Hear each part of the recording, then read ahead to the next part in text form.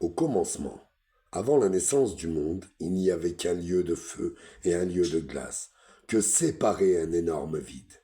Il n'y avait ni terre, ni ciel. Les hommes n'existaient pas, ni aucune autre créature vivante. Parfois, un vent se levait et soufflait, des langues de flammes au-dessus du vide. Le feu qui léchait les bords glacés engendra le tout premier être vivant, un géant de glace, maléfique, du nom d'Ymir. Ymir était colossal. Quand il fit son premier pas, il enjamba le grand vide et posa le pied au Muspelheim, le royaume de feu. Aussitôt il poussa un hurlement de douleur, tandis que ses orteils commençaient à fondre. Il se retira précipitamment en Niflheim, le royaume de glace. Mais il était trop tard. Les grosses gouttes d'eau qui dégoulinaient de son pied tombèrent au sol. Elles y formèrent une race de géants, plus petits, les géants de glace et les géants de pierre. Tandis qu'Ymir était en train de se sculpter de nouveaux orteils, une rafale de vent brûlant balaya les alentours, faisant fondre davantage de glace. De cette fonte jaillit une autre créature vivante, une énorme vache, appelée Odumla. Des flots de lait se mirent à couler de ses mamelles, et Ymir en entancha sa soif. Odumla se mit alors à lécher la glace salée du Niflheim. Tandis qu'elle le léchait, une silhouette de forme humaine apparut. D'abord les cheveux, puis la tête, et le troisième jour, elle avait entièrement libéré de sa langue glacée. Elle baptisa cet être Buri. Il était grand, fort et beau. Quelle sorte de créature es-tu? Sans qui Ymir baissa les yeux sur lui. Il toucha Buri du bout des doigts et tressaillit. La chair de Buri était chaude. Tu n'appartiens pas à ce monde, créature de chair, gronda-t-il. Il lui donna un coup de pied et le précipita dans le grand vide. Mais alors que Buri tombait, une géante le rattrapa. Tu seras mon partenaire, dit-elle.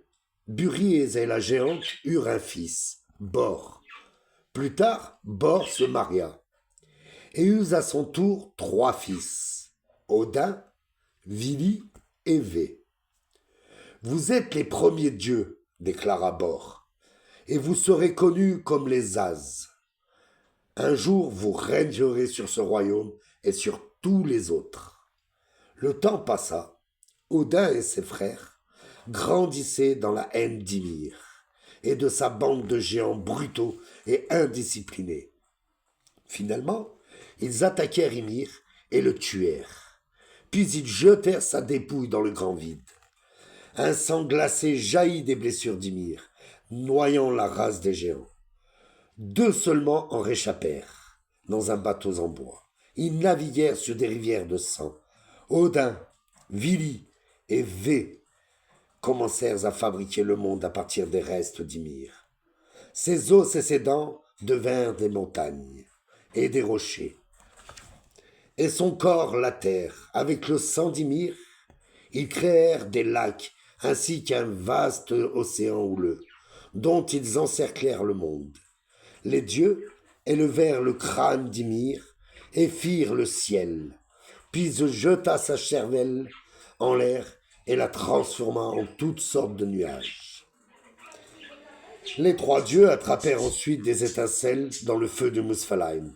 Ils les lancèrent très haut dans le ciel pour en faire le soleil et la lune et les étoiles. Après cela, les dieux commencèrent à diviser la terre. À la race des géants, de nouveaux prospères, ils donnèrent les côtes rocheuses de l'océan. Ils nommèrent ce royaume Jotunheim. L'immense continent intérieur fut baptisé Midgard, ou terre du milieu.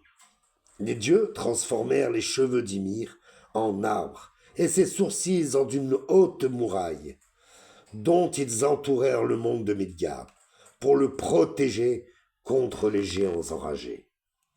Un jour, en marchant au bord de la mer, les dieux trouvèrent 2 arbres, un frêne et un orme. Avec ces arbres, ils créèrent le premier humain. Odin leur insuffla la vie. Vili leur donna le pouvoir de penser et de ressentir. Et Vé leur ouvrit les yeux et la bouche. Ils les habillèrent et leur donnèrent des noms. Le frêne devint le premier homme, Ask, et l'homme la première femme, Embla. Les dieux leur offrirent à eux et à leurs descendants le royaume du Midgard. Tout était verdoyant et doux au Midgard. Il y avait du vent pour gonfler les voiles des bateaux et attiser le feu. Le vent était créé par des aigles géants. Quand il battait de ses larges ailes, des rafales balayaient la terre.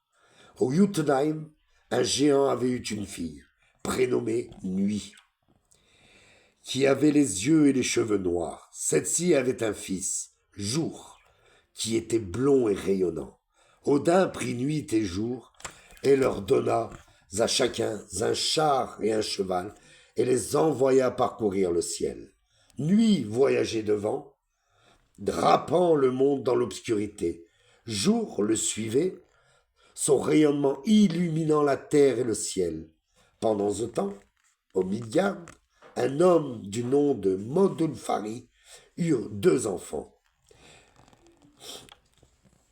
Il les trouva tellement resplendissants qu'il les baptisa Soleil et Lune. Mes enfants brillent d'une luminosité si éclatante, proclamait-il. Ils sont certainement plus éblouissants que les dieux eux-mêmes. Comment oses-tu, tonna Odin? Aucun être humain ne peut rivaliser en beauté avec les dieux. En châtiment, je t'enlève tes enfants. Odin les emporta dans le ciel et leur confia aussi un char à chacun.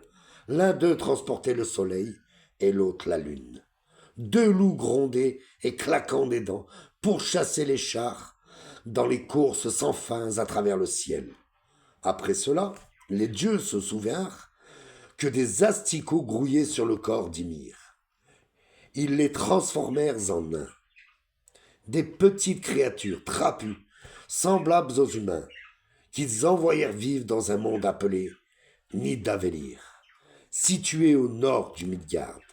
Les nains s'installèrent dans l'obscurité des cavernes et des grottes souterraines humides et sur des pentes rocheuses.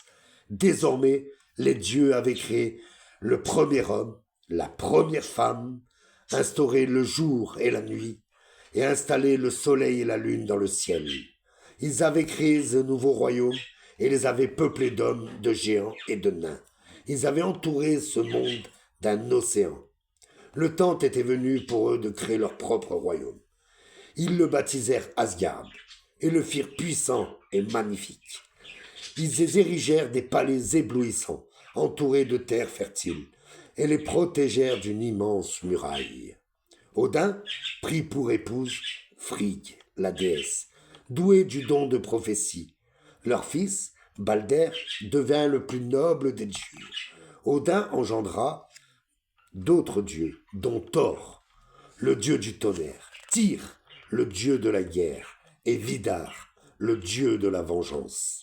C'est alors qu'il prit le nom d'Alfadi, le père de tout. Entre l'Asgard et le Midgard, ils lancèrent un pont arc-en-ciel flamboyant et l'appelèrent Bifrost. Ils mirent toute leur habileté et leur ingéniosité pour le fabriquer solide. Pour finir, un arbre géant, Yggdrasil, l'arbre-monde, enlaça tous ces royaumes du monde. Il s'éleva au-dessus de toutes choses, de ses feuilles coulaient de la rosée, et il était toujours vert.